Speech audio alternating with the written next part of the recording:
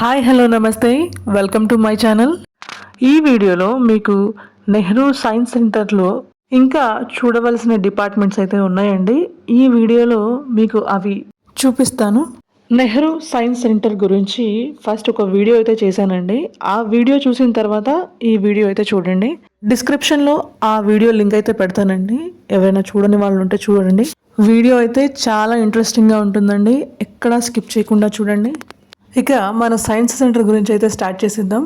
మనకి ticket counter వచ్చేసి gate లోపలికి ఎంటర్ అయిన తర్వాత లెఫ్ట్ సైడ్లో ఉంటుంది. టికెట్ కౌంటర్ ఆపోజిట్లోనే మనకు డిఫరెంట్ గేమ్స్ అయితే కనిపిస్తాయండి. అవి ఫన్తో పాటు మనకు నాలెడ్జ్ని కూడా షేర్ చేస్తాయి. సైన్స్ యొక్క అద్భుతాలన్నీ గార్డెన్ నుంచే మనకు మొదలవుతాయి. వీటిని విస్పరింగ్ సర్కిల్స్ అంటారండి. 100 మీటర్ గ్యాప్లో 2 సర్కిల్స్ని అమరుస్తారు. ఒక సర్కిల్ దగ్గర మనం గుసగుసగా మాట్లాడితే ఇంకొక సర్కిల్ దగ్గర ఉన్న పర్సన్కి అవి వినిపిస్తాయి. ఇక్కడే పార్కింగ్ ఏరియా కూడా ఉంటుందండి. మీరు ఏదైనా వెహికల్స్లో కనుక ఈ సైన్స్ సెంటర్ని రీచ్ అయితే ఈ ప్లేస్లో వెహికల్స్ పెట్టుకోవచ్చు. పార్కింగ్ ఫీ కూడా మనం టికెట్ తీసుకునేటప్పుడే పే చేయాల్సి ఉంటుంది. మనం గేట్ లోపలికి ఎంటర్ అయిన రూట్ అండి ఇది. పార్కింగ్ దాటగానే మళ్ళీ మనం ఇంకో గార్డెన్లోకి, ఈ గార్డెన్లో లెఫ్ట్ సైడ్కి కూర్చోడానికి బెంచెస్, చిన్న చిన్న సిమెంట్ స్టూల్స్ అయితే ఉంటాయండి. దీనికి ఆపోజిట్గానే మనకి ఇండియన్ సైంటిస్ట్ యొక్క విగ్రహాలు అయితే పెట్టారు ఫ్రెండ్స్.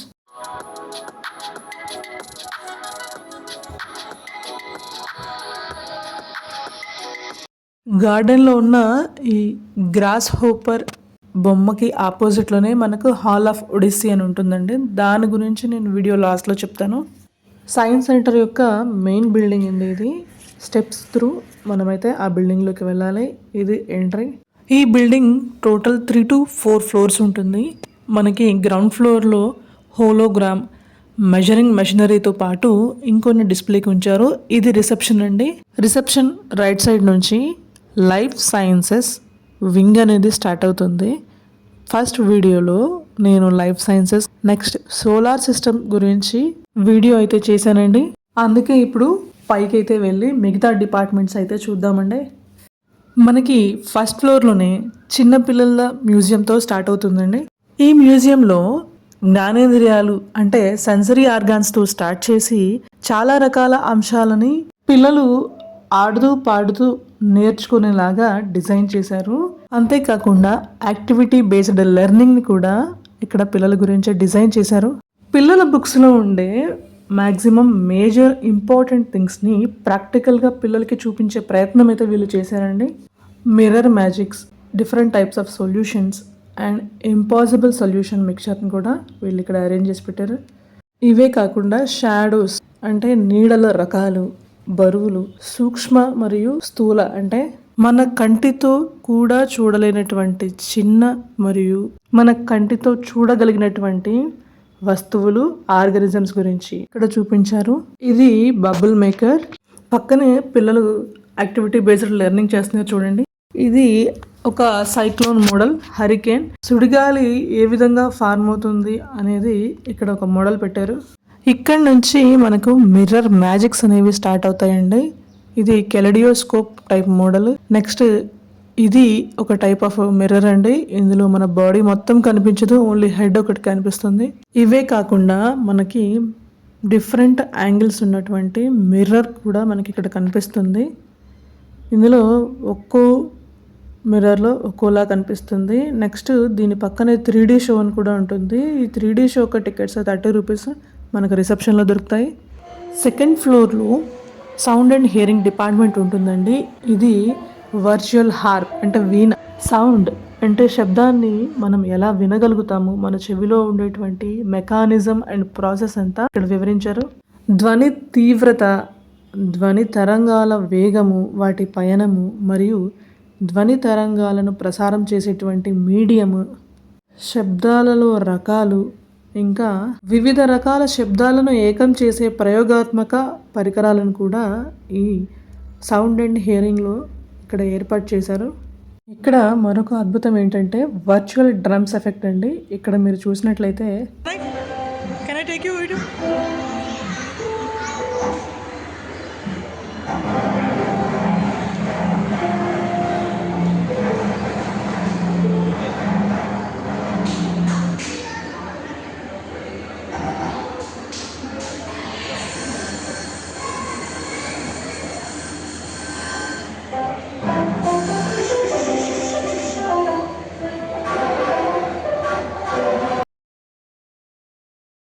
ఇది వాక్ ఆన్ పియానో. పియానో మీద మనం నడవచ్చు.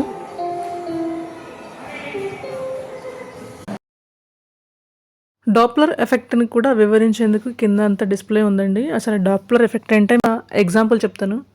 ఒక అంబులెన్స్ మీ పక్క నుంచి వెళ్తుంది అనుకోండి, మీకు దగ్గరగా వచ్చినప్పుడు దాని యొక్క సౌండ్ అనేది క్లమ్సీగా బిగ్గరగా ఉంటుంది. అదే అంబులెన్స్ దూరమైన కొద్దీ దానిలో ఉన్న డిఫరెంట్ సౌండ్లు అనేవి మనకు తెలుస్తాయి. అంటే ఒక 2 టైప్స్ ఆఫ్ సౌండ్స్ ఉంటాయి కదా. అలా ఎందుకు మనకి దగ్గరగా ఉన్నప్పుడు 2 టైప్స్ ఆఫ్ సౌండ్స్ వినిపించవు అంటే, సౌండ్ వేవ్స్ అనేవి ఒకదానిపై ఒకటి పడి నొక్కుకుపోతాయి. అందు గురించి మనకు దగ్గరగా ఉన్నప్పుడు ఆ సౌండ్ అనేది సరిగ్గా తెలియదు. దీన్ని వివరించేదే డాప్లర్ ఎఫెక్ట్. ఈ సైన్స్ మ్యూజియంని డీటెయిల్డ్గా చూడాలి అంటే మీకు 4 to 5 days కూడా సరిపోదండి. నెక్స్ట్ 3rd ఫ్లోర్లో లైట్ అండ్ విజన్ డిపార్ట్మెంట్ ఉంటుంది. వీళ్ళందరూ వాటి మీద పరిశోధనలు చేసినటువంటి శాస్త్రవేత్తలు. ఇక్కడ డిఫరెంట్ ప్యాటర్న్స్ అయితే అరేంజ్ చేసి ఉన్నాయండి అకార్డింగ్ టు ద వ్యూ.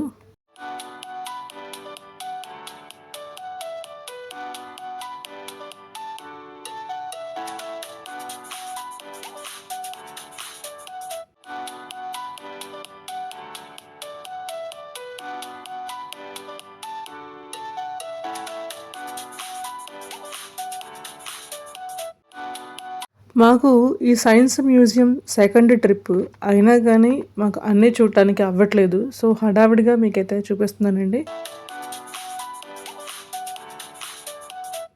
ఇవి మిర్రర్ మ్యాజిక్స్, గోస్ట్ వాక్ అంటే దీని పేరు.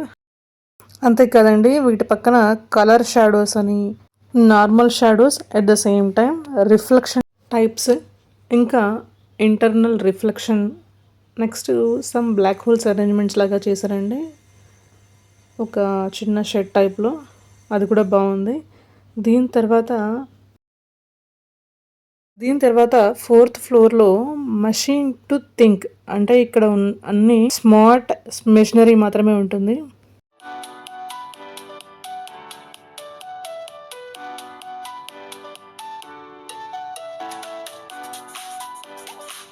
ఇది పియానో, మీ అందరికీ తెలుసు. ఈ పియానోతో డెస్క్టాప్లో ఈ రెండింటితో మనము మ్యూజిక్ కంపోజ్ చేయొచ్చు.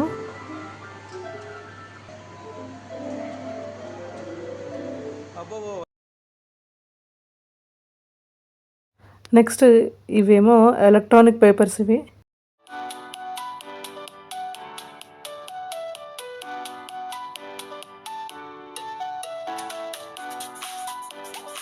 ఇదైతే ఇదొక విజువల్ వండర్ అండి. ఇప్పుడు ఈ పర్సన్స్ నిల్చున్న దగ్గర మనం నిల్చుంటే మనకు ఆపోజిట్ ఒక స్క్రీన్ ఉన్నది. ఆ స్క్రీన్ లో మనం కనిపిస్తాము. స్క్రీన్ కి ఆపోజిట్ చూడండి, ఇక్కడ పోలార్ బేర్స్ ఉన్నాయి. అంటే మనము మంచు కొండల్లో ఉన్నట్టు చూపిస్తుంది. ఇప్పుడు మీరు చూస్తున్నది కూడా స్క్రీనేనండి. చూడండి ఎంత న్యాచురల్ గా ఉందో వాటర్ పాండ్లో.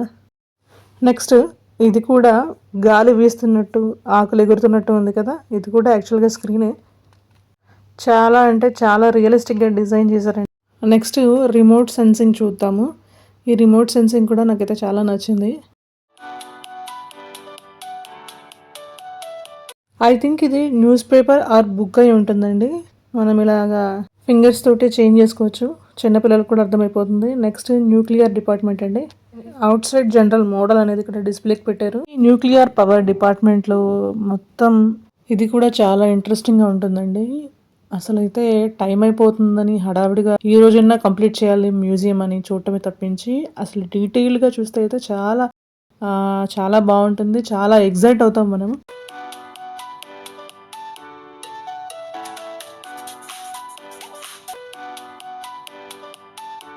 ఇక్కడ టైప్స్ ఆఫ్ రియాక్టర్స్ ఉన్నాయండి, న్యూక్లియర్ రియాక్టర్స్. మనకి చాలామందికి అయితే స్కూల్స్లో ఈ యురేనియం గురించి మనం చదువుకొని ఉంటాము ఒక chapter. I think nuclear reactors యొక్క fission, fusion and chain link reaction. Next ఇదొక న్యూక్లియర్ రియాక్టర్ మోడల్ అండి.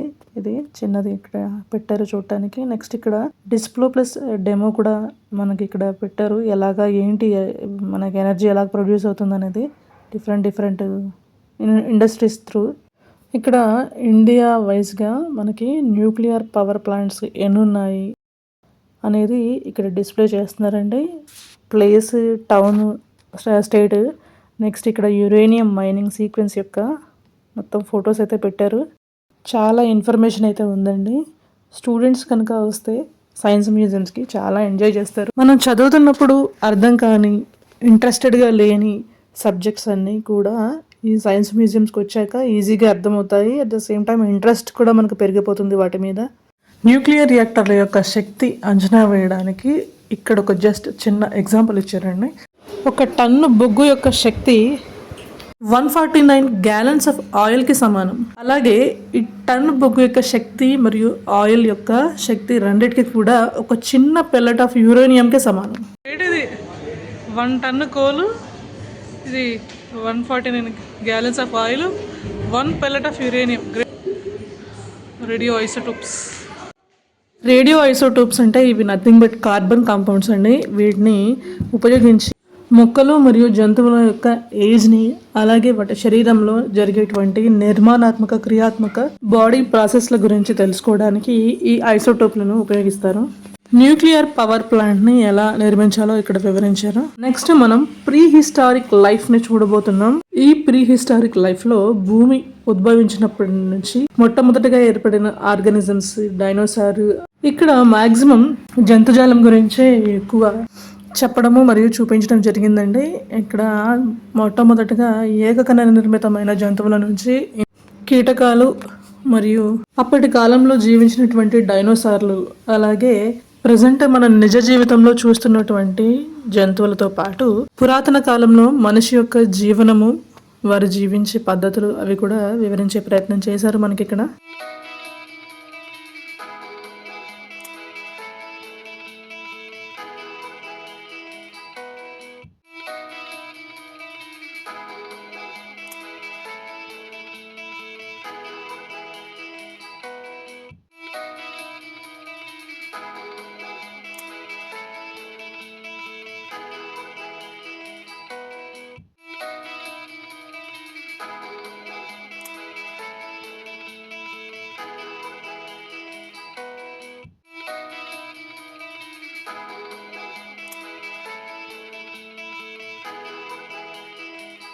నెక్స్ట్ మనం చూడబోయేది మ్యాథమెటిక్స్ అండ్ ఎలిమెంట్స్ సెక్షన్ అండి. అలాగే మీ అందరికీ తెలుసు, 0 సున్నాని కనిపెట్టింది మన ఇండియన్సే. కేవలం 0 మాత్రమే కాదండి, మన ఇండియన్స్ మ్యాథమెటికల్గా చాలా అంటే చాలా ఇన్వెన్షన్స్ కూడా చేశారు. ఇందులో algebra, arithmetic, geometric and trigonometric etcetera మొదలైన వాటిని ఆర్యభట్ట, బ్రహ్మగుప్త మరియు శ్రీనివాస రామానుజన్ వంటి మహనీయులు గణిత శాస్త్రంలో ఎంతో కృషి చేసి భారతదేశానికి ఎంతో ఘనమైన కీర్తిని తెచ్చిపెట్టారు. అయితే ఈ నెహ్రూ సైన్స్ సెంటర్లో కాయిన్ మేకింగ్, కాయిన్స్, ఇంకా హస్తకళలు, క్రాఫ్ట్స్, ఇంకా మూలకాలు అంటే ఎలిమెంట్స్, డిఫరెంట్ మూలకాలతో ఉన్నటువంటి క్రాఫ్ట్స్ని తయారు చేసి ఆ రోజుల్లో ఎలా ఉపయోగించేవాళ్ళు ఇక్కడ వివరించారు. అంతేకాకుండా అప్పట్లో యుద్ధ సమయంలో ఉపయోగించినటువంటి రాకెట్స్ మరియు కెనాన్స్ యొక్క నిర్మాణాన్ని కూడా ఇక్కడ వివరించారు. అప్పట్లో ఉపయోగించినటువంటి ఆర్ట్స్ అండ్ టెక్నాలజీ, కొలతలు, తూనికలు మరియు కలపతో చేసినటువంటి నిర్మాణాలు, మరియు అప్పట్లో ఉపయోగించినటువంటి గాజు నిర్మాణాలు, నూలు వడకడం అంటే వీవింగ్. అంతేకాకుండా అప్పట్లో ఉపయోగించినటువంటి మెషిన్స్, ఆ మెషిన్స్లో కూడా అప్పట్లో అరబ్ విధానంలో కూడా తయారు చేసినటువంటి మెషినరీ కూడా ఇందులో ప్రదర్శనకు పెట్టబడింది. ఆ కాలంలో ఉపయోగించబడిన నౌకలు మరియు నౌకాయానానికి ఉపయోగించినటువంటి అన్ని రకాల వస్తువులను ఇక్కడైతే పొందుపరచడం జరిగింది. అప్పటి టెక్నాలజీతో పాటు రాతి యుగంలో మనిషి యొక్క వస్తువులు మరియు వారి యొక్క అగ్రికల్చరల్ విధానాలు, బిద్రీ క్రాఫ్ట్స్ అనే మాట మీరు వినే ఉంటారు కదా, వాటికి సంబంధించినటువంటి వర్క్స్ కూడా ఆ కాలం నుంచి మొదలయ్యాయి. అలాగే మైనపు బొమ్మలు, ఇంకా కుండలు తయారు చేసేటువంటి విధానంని కూడా ఇక్కడ చూపించారు. తర్వాత మనం చూడబోయేది hall of aviation and space అండి. ఒక స్పేస్ సూట్ బయట అయితే ఫొటోస్ తీసుకోవడానికి పెట్టారు. ఆర్యభట్ట, బ్రహ్మగుప్త మరియు వరాహమిహిర అనేటువంటి శాస్త్రవేత్తలు 1500 సంవత్సరం నుంచి 600 BCE అనే మధ్యకాలంలో కొన్ని కాంట్రిబ్యూషన్స్ అయితే చేశారండి. అవి గ్రహాల భ్రమణం మరియు గ్రహణాలు అంటే మనకు తెలుసు కదా, సూర్యగ్రహణం అండ్ చంద్రగ్రహణం, గ్రావిటీ మీద కూడా ఎంతో కొంత పరిశోధన అయితే ఆ కాలంలో జరిగింది. వాటికి సంబంధించినటువంటి రైటింగ్స్ అన్ని ఇక్కడైతే మనకి చూపిస్తున్నారు. అంతేకాకుండా ఇస్రోలో గతంలో సక్సెస్ఫుల్ అయినటువంటి రాకెట్స్ కానివ్వండి, ఉపగ్రహ నమూనాలను కూడా ఇక్కడైతే ప్రదర్శనకు ఉంచారు. ఇక్కడ ఎల్లో కలర్లో తిరుగుతున్నదైతే ఆదిత్య L1 అండి. ఈ Aditya L1 India's first dedicated solar observatory అండి. అంటే సూర్యుడి యొక్క యాక్టివిటీస్ని అధ్యయనం చేయడానికి ఈ ఆదిత్య L1ని తయారు చేశారు. టైం లేక ఇంకా చాలా వాటి గురించి ఈ ఏవియేషన్లో ఎక్స్ప్లెయిన్ చేయడానికైతే లేదండి. జస్ట్ మీకు అలా చూపిస్తున్నాను. ఎన్నో ఎయిర్ క్రాఫ్ట్స్, రాకెట్స్, వాటికి సంబంధించిన మెషినరీ, ఇలా మనం తెలుసుకోవాల్సిన విషయాలు అయితే ఇక్కడ చాలా ఉండిపోయాయండి.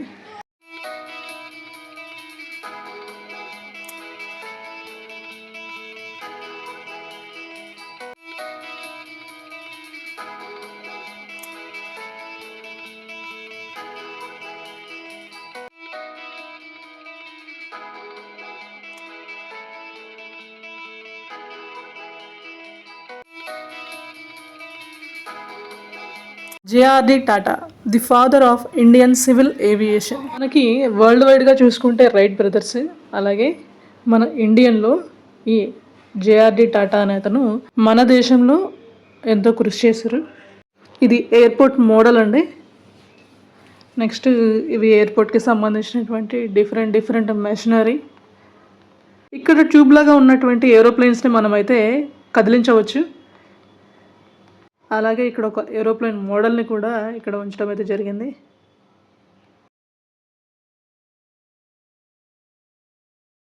ఇది హాల్ ఆఫ్ ఒడిస్సీ అండి. ఇందులో కాస్మిక్ ఎవల్యూషన్ జస్ట్ ఒక ఆర్ట్ లాగా అయితే మీకు ఎక్స్ప్లెయిన్ చేశారు.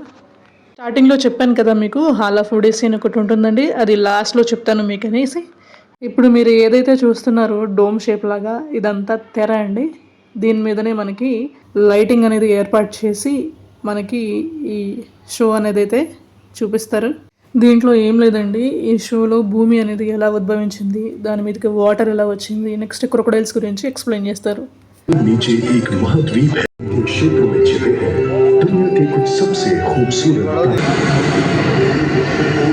लाखों वर्षों तक बाढ़ बलुआ पत्थर की घाटियों को करती रही है।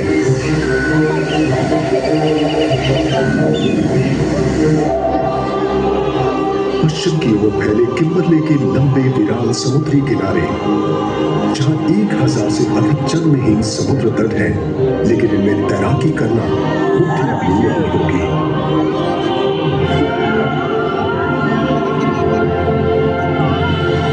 पृथ्वी के सबसे प्राचीन वर्षा वन, जो उष्णकटिबंधीय पौधों तथा डायनासोर के युग के पशुओं का घर है।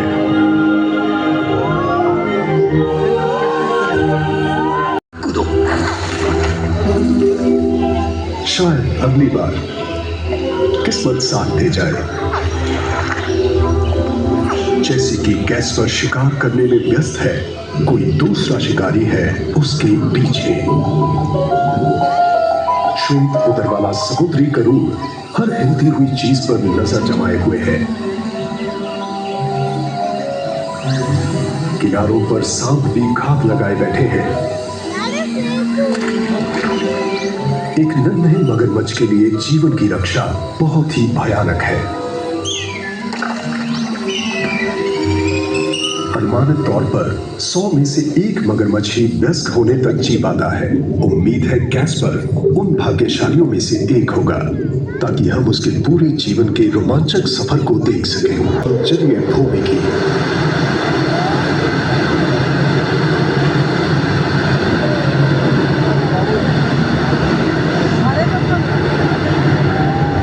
जीव विज्ञानियों के लिए तो मानो ये स्वर्ग जैसा है।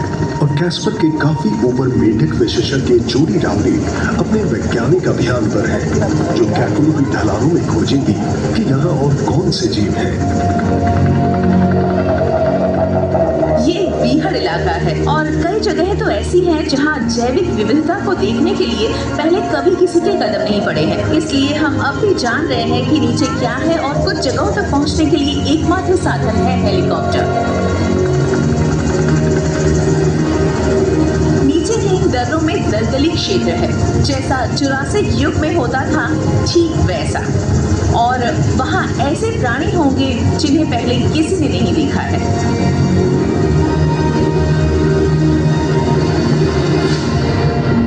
नई प्रजातियों की खोज में लगी जोड़ी के लिए ये सबसे सही जगह है।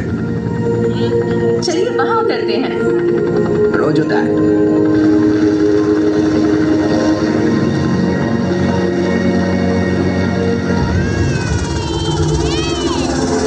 जोड़ी ऑस्ट्रेलियन म्यूजियम के लिए काम करती है और अपने अभियान में वो मेंढकों की सभी प्रजातियों और उनकी सेहत के बारे में खोजे गए आंकड़े इकट्ठा करेंगे और इन सूचनाओं का उपयोग विश्व भर में मेंढकों को बचाने के लिए किया जाएगा।